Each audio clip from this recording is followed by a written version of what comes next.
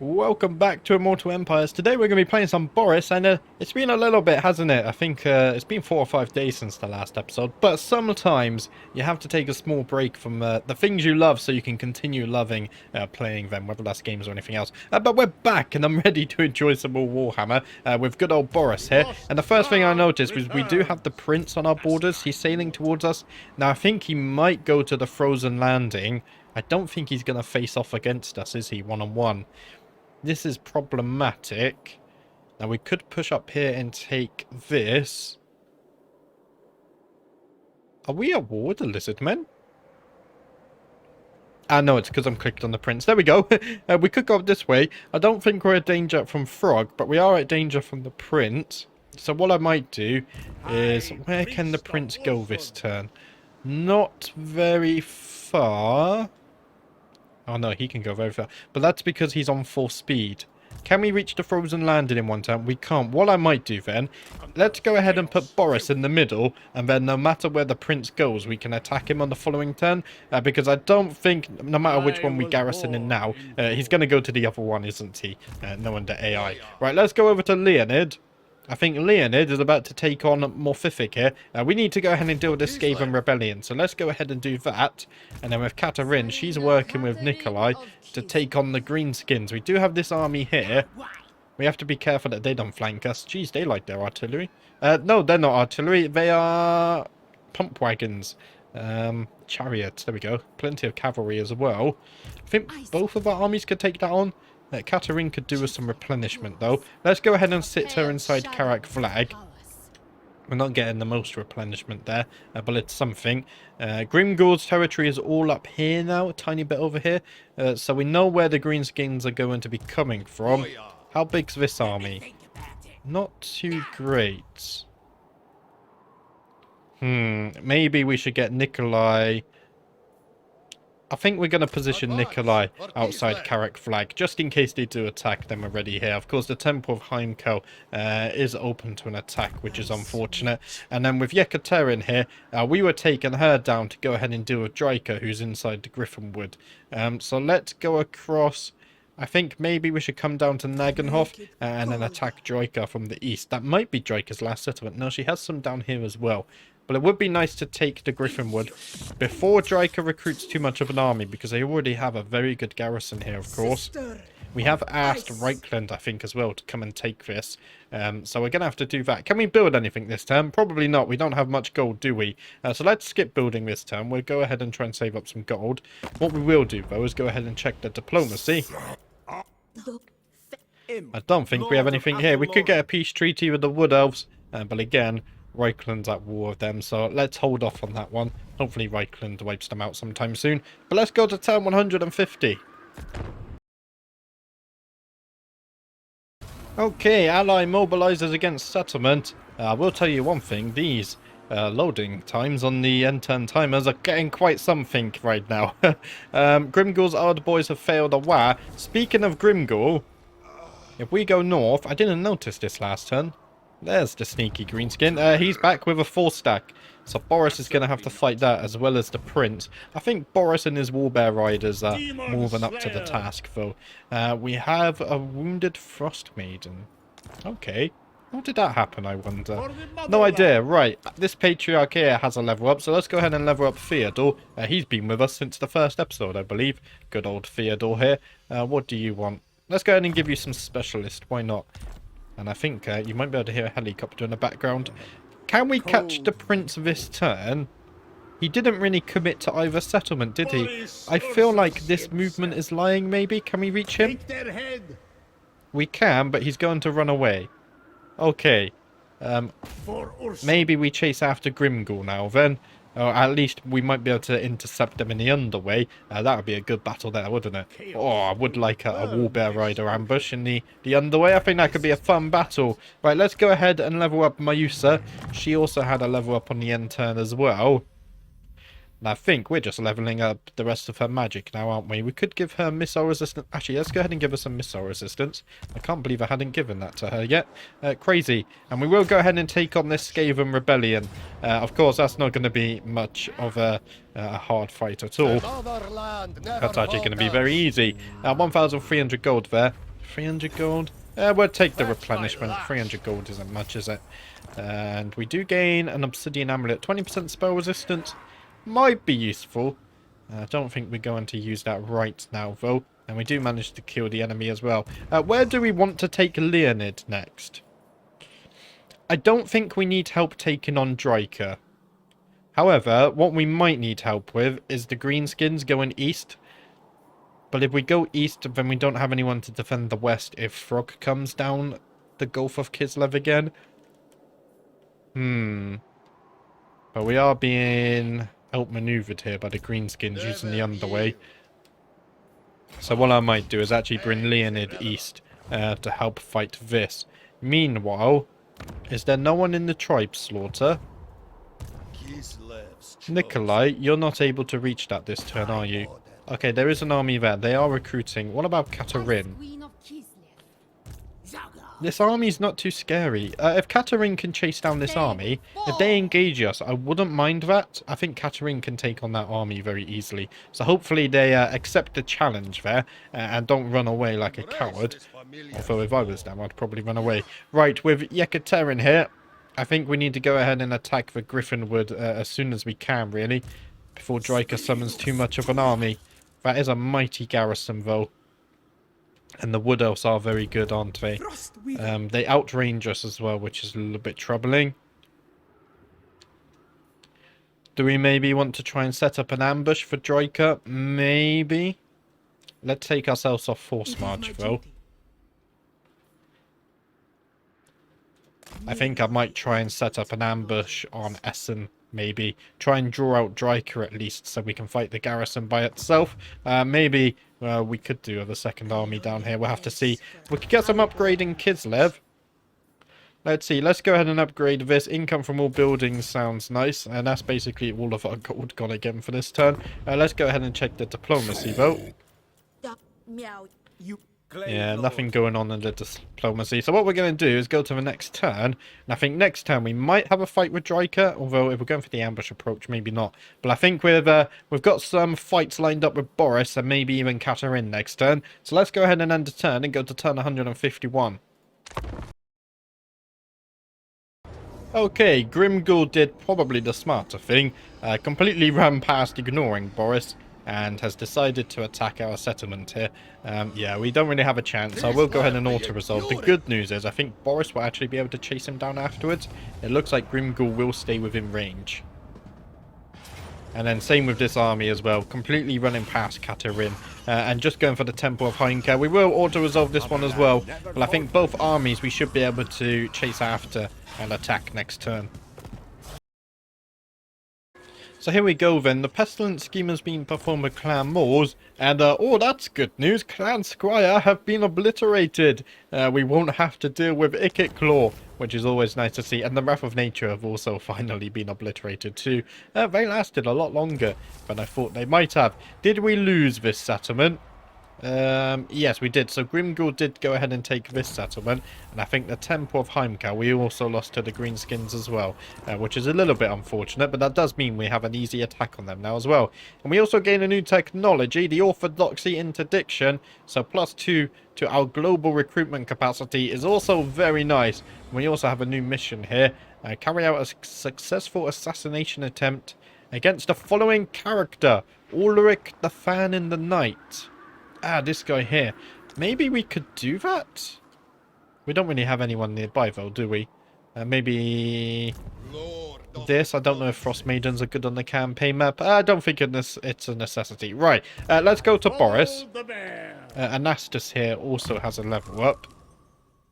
Let's go ahead and give you, we'll give you some leadership aura size. Why not? And it looks like the prince is running away. He might be going to crack a Drakvo. However, what we can do is attack Grimgul this turn, which I'm really looking forward to. This might also be a very simple auto-resolve. We'll have to see. It does give us the decisive victory, doesn't it?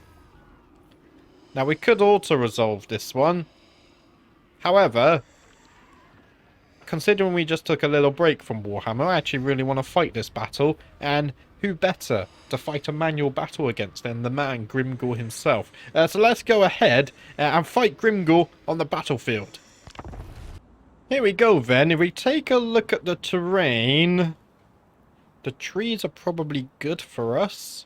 Maybe help to shield against some of those archer units. However, they're going to slow us down. So I think we're going to just charge through this opening here and try and absolutely destroy Grimgor as fast as we possibly can.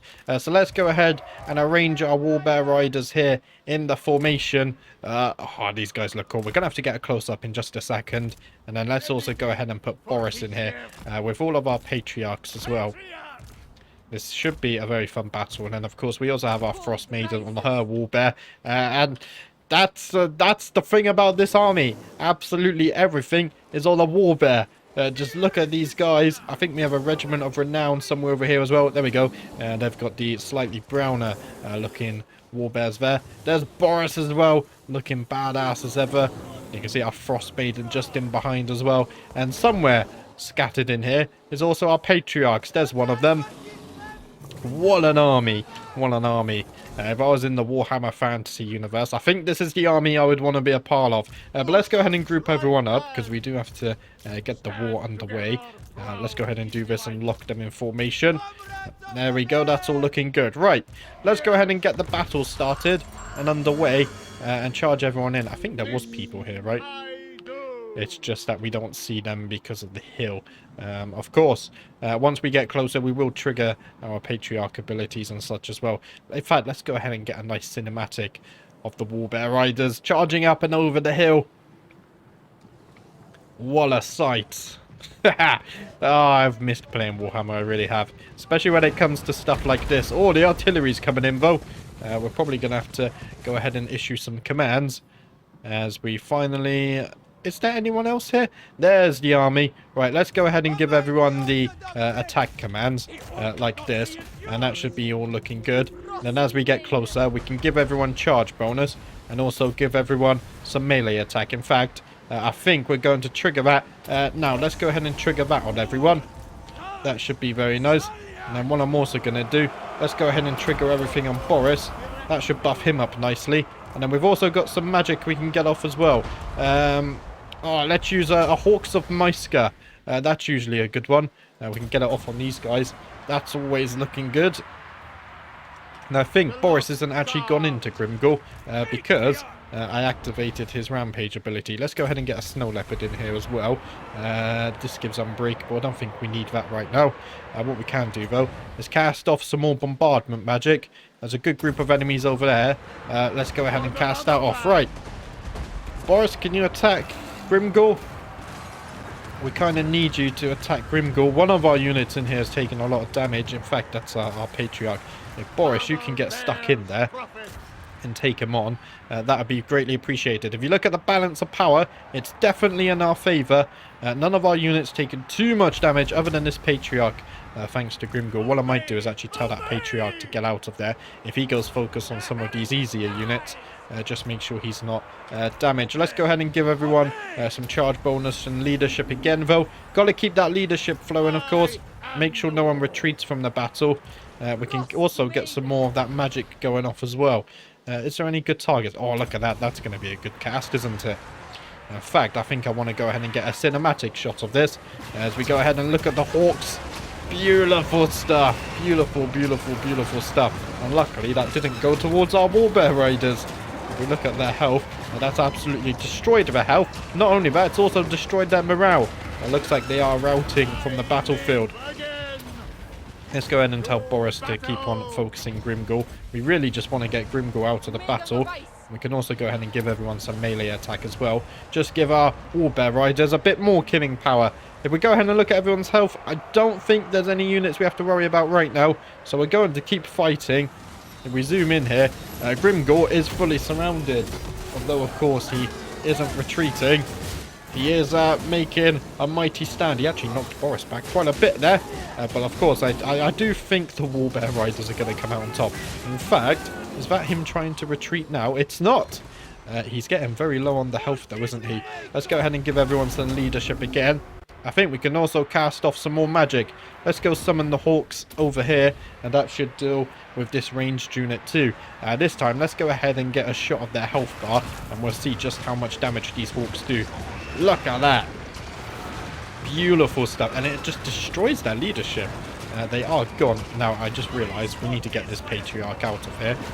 He's not having much luck, is he? He's taking quite a bit of damage. I don't think we have any healing magic. Yeah, we don't have any healing magic.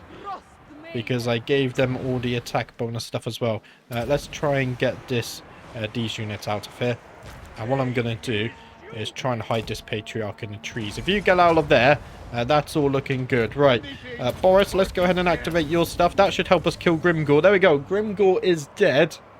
So that's all looking good. And I think we should go ahead and end the battle before we lose anyone. That will be a decisive victory for us. So there we go then, 5,900 gold. And on the last screen there, we only lost 10 models. I couldn't commentate over it at the time because the cat wanted to come through the window. But yeah, only 10 models lost. I think that's impressive. And we've wiped out Grimgor as well as the garrison. That's very nice. Now, we could sack it for 56 gold. Let's be real, we'll go ahead and occupy it. I don't think we're that bad of a player. We do get Talisman of Endurance, 8% ward save. That's very nice. Very nice. And we also gain Grimgor's defeat trait, plus 10 armor and plus 20 armor piercing weapon damage for Boris himself is also very powerful too. And we also get that plus 5 leadership when fighting against greenskins. Also a nice little bonus there. And of course we receive a plague too. Nurgle being Nurgle. Still a thorn in our backside. Right. What is Boris's stats at the moment? Look at that, 623 weapon strength. How much of that is armor piercing? 438 is armor piercing weapon damage. Wow. That's impressive. Let's go ahead and level up Rivara. She has everything she could ever want. So we'll go ahead and give her still technology. Why not? We could use her to assassinate that mission we have actually. And then Trofim has a level up. I think he has all of his combat stuff. So what we're going to do with him... cleanse corruption, why not? It's a constant effect here. And then with Anastas, we're going to go ahead and give him... Let's give him missile resistance. That's always useful. Usually I get that quite early, but this time I seem to have forgot. Right, let's go ahead and research a new technology whilst I remember. What do we have going on here? Melee attack for elemental bears, missile resistance. That could be good. For Ice Guard, yes. Let's go ahead and get the plus 10% missile resistance. That actually covers a lot of our units. We'll probably have to attack the Prince soon as well. I think we have a second battle going on. First of all, though, let's go ahead and move Leonid up towards Novchozy. And then with Katarina over here, she's wanting to take on Sly, isn't she?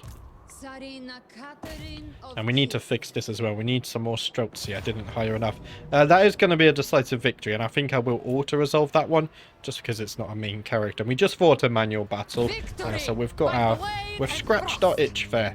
6,700 gold is very nice. Let's go ahead and reoccupy the Temple of Heimkel as well. That's all looking good. Potion of Full Hardiness, plus 40% charge bonus, and Unbreakable. Now that could be nice. We already have so much charge bonus stacked though. Nikolai, let's continue you going up to the tribe slaughter. And then, somewhere down here, Yekaterin. With you, I think we're going to try our little ambush strategy. Let's see if we can catch Dryker in an ambush. I think that would be very nice. Probably won't work, but I'm willing to spend a few turns to at least try. Because I think attacking the Griffinwood is going to be very dangerous. Let's go ahead and upgrade Kislev. We can upgrade this, so we can get some Warbear Riders from this province if we want to. We could also... Let's go ahead and level up Erengrad. Yeah, let's level up this so we can get little Grom units. And then Wolfenburg as well. We can do some of this. Does anyone else want some upgrades down here? Doesn't look that way. Fort Ostra... Oh, the Hell Pit! Of course, let's go ahead and level the Hell Pit. Ideally, we need to stop some rebellions here. And then Fort Ostrosk as well. We don't have any defences yet. So I think we best go ahead and get some of those going. Let's go ahead and awaken the land in our new 2 provinces as well. And we will check the diplomacy for the turn. Unfortunately, I don't think anything's going on here. Draker would want a peace treaty, but our allies do not, so you know how it goes. No peace treaty with Draker. Let's go to turn 152. Here we go then. Another one of Grimgor's army is actually attacking Nikolai, as I think the army garrisoned here might have come out to meet us. Battle deployment. We will go ahead and auto-resolve that. Or will we though? We would lose a tar guard. Really?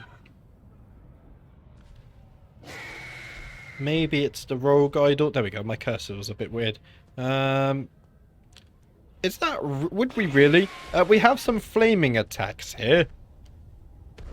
Base weapon damage. Effect range 30 per minute. Affects all units. None of these guys are resistant to fire, are they? I don't think so. It's always good to double check. Oh no, they are. These guys are resistant to fire. So actually, let's not use the Banner of Eternal Flame. I think that would be a mistake. However, I think we will go ahead and fight this one manually, because I don't think this is a... I don't think we would lose a tar guard.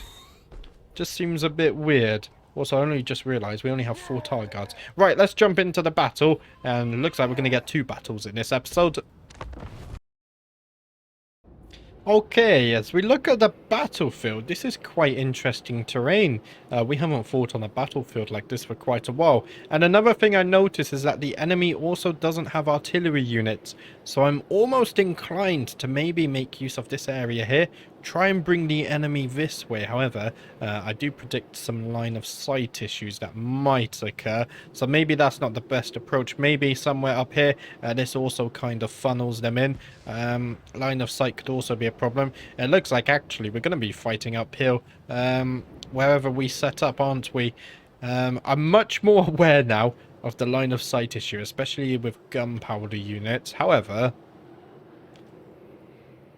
I feel like it wouldn't be too bad here. Maybe we're going to set up over here. And then what I'm also going to do is something a little bit different. So let's go ahead and put this guy here. How much higher is this? That's not actually that high. Right. So what I'm going to do is, of course, we have these guys, our tar guards, as our front line. But we're going to go for a double Streltsy on the front here. And then let's go ahead and get a tar guard there. Our Lord can tank here. That's all looking good. And then if we go ahead and get another Streltsy here on the flank, and then we can go ahead and get another tar guard here to defend against any real flanks. I think this is a strategy I'm liking very much. Of course, we have to care a little bit more about positioning here, just because they are gunpowder units. And I think we just need to move everyone over a tad. Just so we can fit this tar guard unit in here. That's all looking good. I'm happy with this. And then, of course, we do have our ice guards here. Let's go ahead and put them like this, where they can rotate and attack where needed. And then, of course, we also have our artillery back here as well, so they can fire on the enemy. Right, I think we're ready to go ahead and start the battle. So let's go ahead and do that. We won't put anyone on guard mode, because I think that's also caused some problems in the past as well. We don't have any...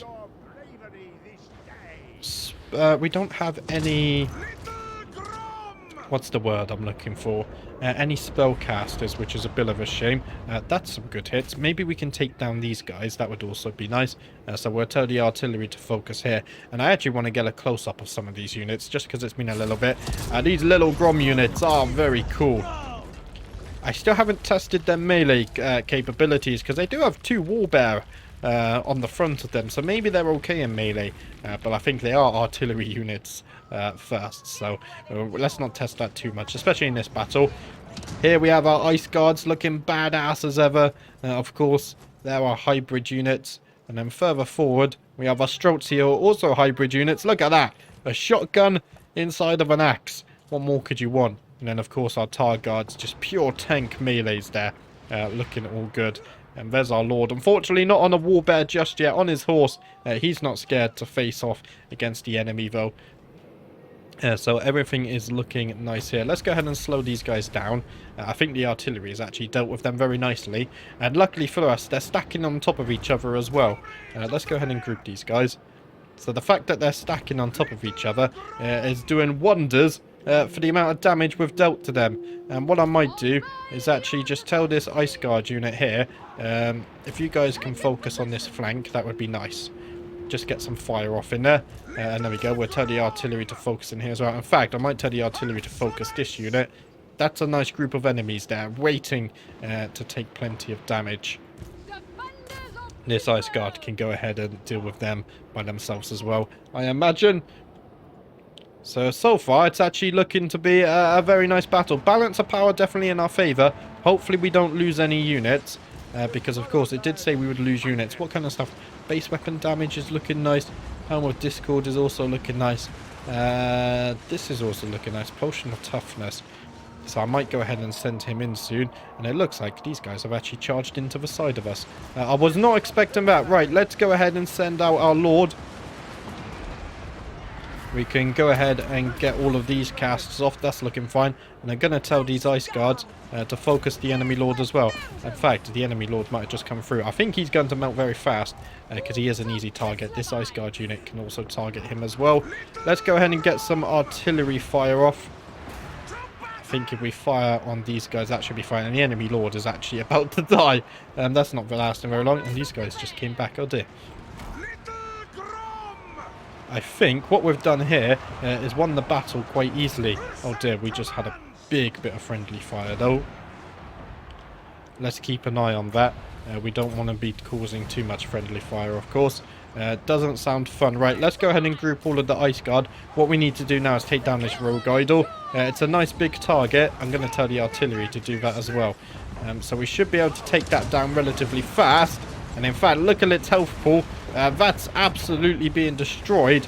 And I don't think we're going to lose any units in this battle either, which is very beneficial. And there we go. The rogue idol is dead. Let's go ahead and take down these units as well. This is looking very good. In fact, let's go ahead and get in a nice little close-up. Maybe with a stroke so you can fire off some more. Oh, listen to that gunpowder wave. Very, very nice stuff there. And I think we can safely end the battle. I think this army is wiped out. In fact, maybe we can get some shots off on them. It looks like they might be able to get away there, though. Yeah, they seem to have got away. Let's go ahead and end the battle. Decisive victory for us there.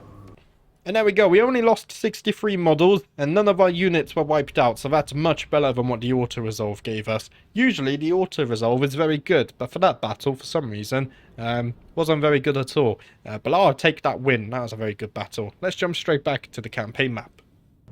So there we go then, 4,300 gold is very nice, and I think we will take the extra 1,200 as well. That's gonna help a little bit. Sadly, doesn't look like we actually wiped out the entire army, so maybe we should focus on trying to kill some more units after we've won the battle.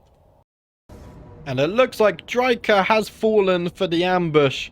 That's going to be a very easy win, so we will go ahead and auto-resolve that. Sometimes it's nice when a plan comes together. 5,600 gold. I might take the replenishment just because I want to attack the Griffinwood next turn. So let's make sure our army is in as best shape as possible so we can go ahead and take that Griffinwood. And there we have it. It looks like Ungrim is raising or mobilizing against one settlement. The Griffinwood, of course. We've done the hard work of taking down Dryker, and now the dwarfs are coming to help. We've stolen glittering scales. So that's looking nice as well. That'd probably be from the greenskins. And Nikolai here gaining a new trait. +5 leadership when fighting against greenskins. That's always a nice bonus as well. Yekaterin's gains Dryker's defeat trait. Immune to Athel Lauren attrition. That's going to be useful if we have to fight more Wood Elves. And -5 control in the local enemy province as well. Sadly though, that's all I have time for today. I think that was a very fun episode. Why does it not let me zoom out more? That's the max zoom out, of course. Yeah, we go ahead and look at our territory. Did we gain anything this episode? I think we gained... Oh, we lost 2 and gained back 2, so maybe that counts. But we fought Grimgul, we fought some of his armies, we fought Dryker, and I think we're actually looking to be in a very good position right now. Especially if we take a look at Grimgor, he's getting weak. So once we take him down and take down Dryker, really it's just Frog and then the northern factions up here. But things are looking good for us, dare I say. Hopefully no more setbacks. And it was definitely fun to record Warhammer. I think taking a few days off is necessary to keep enjoying the things that you love. And you've probably noticed a new upload schedule now. Mondays and Tuesdays there's no Warhammer, but every other day there will still be Warhammer. So still plenty to look forward to in the future. But that's it from me. I think I've waffled on a bit too much now. I'll see you tomorrow in the next episode. Thank you for watching. I'll see you next time.